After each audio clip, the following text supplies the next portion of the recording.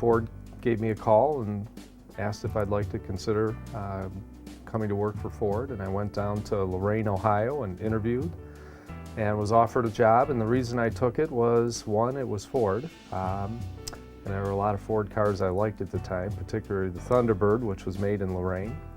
And I didn't enjoy being in a staff job. I had come from a plant. I really liked being in a plant. And Ford was offering to give me a job as an area manager running the whole department in paint in Lorain, and it was a job I really looked forward to. So that's when I came to Ford.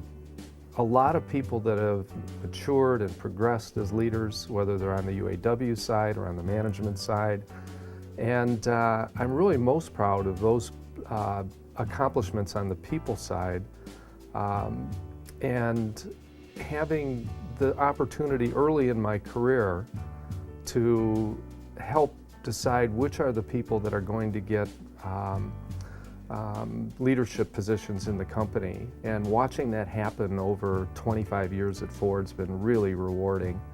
And I see it in the UAW leadership down at National Ford with guys I've worked with for many, many years that came from those plants.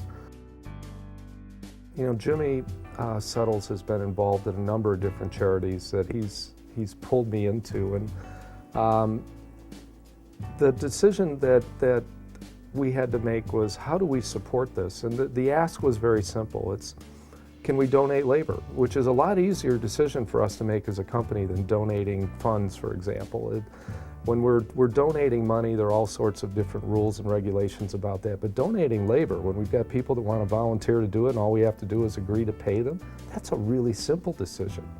So we talked about it, and Jim TETREAULT immediately, who was manufacturing manager, said he wanted to participate in this. And this is really manpower driven. You got to have people to do it.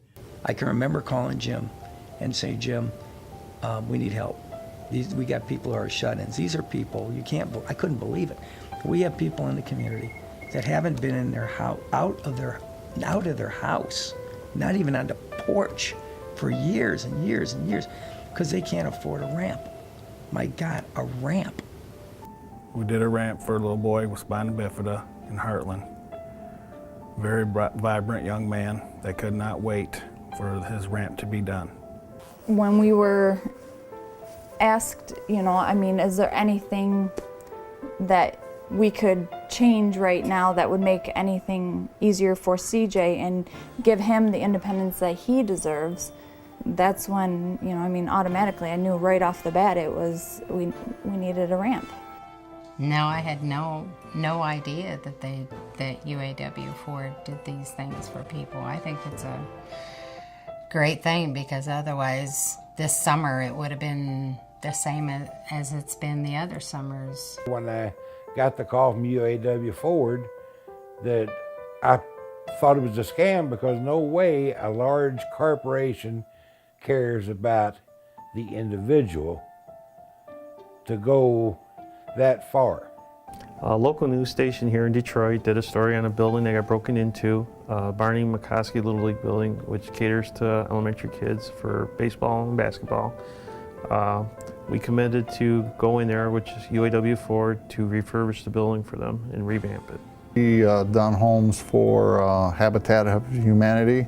The conditions of the homes were burnt out, they were abandoned, and there was just different types. It was burnt out, some were just tore up, and rebuilt it for them to be able to get it to somebody as a veteran to have a place to come back, to invest into the city and have a new house and new home, and we put our skilled labor force on that to do that. Everyone wants to know what I'm going to do. I'm going to take some time, and I've had an absolutely terrific career at Ford Motor Company. I love the company, I love the people. What I'll miss most is the people, because this is who I grew up with. I grew up with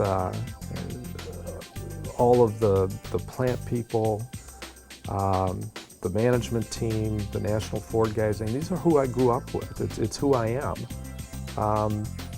I have almost all of my friends connected to Ford one way or another. I have a great amount of gratitude for all the people that enabled me to be successful. Both the people that I've served as leaders and most importantly, probably all the people that I've worked with as their leader over the years that allowed me to be successful because I couldn't have done it without them. I'd just say thanks everyone for a great ride. It has really been a terrific experience working for Ford Motor Company over the last 25 years. Hey Jim, I really thank you for working with us on the RAMP project. I can't say that it's been a 100% joy working with you because as you know that we didn't have some battle, but seriously Jim, it has. I mean, I guess as you know, when I first met you, I hated you.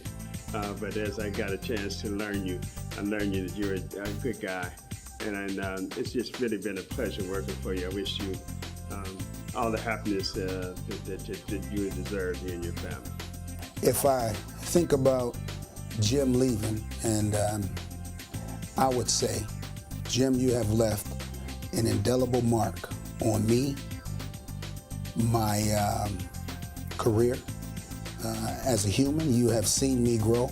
I have grown more as a man, as a human, as a manager at Ford Motor Company. You will be missed. I would have to say personally, I really hate that you're leaving. I'm going to put it in that way. And I wish you and Elaine all of the best in your next endeavors. Jim, congratulations. You've had a great career, but it's not over. There is life after Ford Motor Company. And by the way, it's a very good life. You've earned it. The team at Ford, the Ford One team, has done a remarkable job. What you've built with the UAW and with our other partners will be sustainable, and you will be able to enjoy that for the future. I'm proud to be an alum of Ford Motor Company, and I welcome you to our club.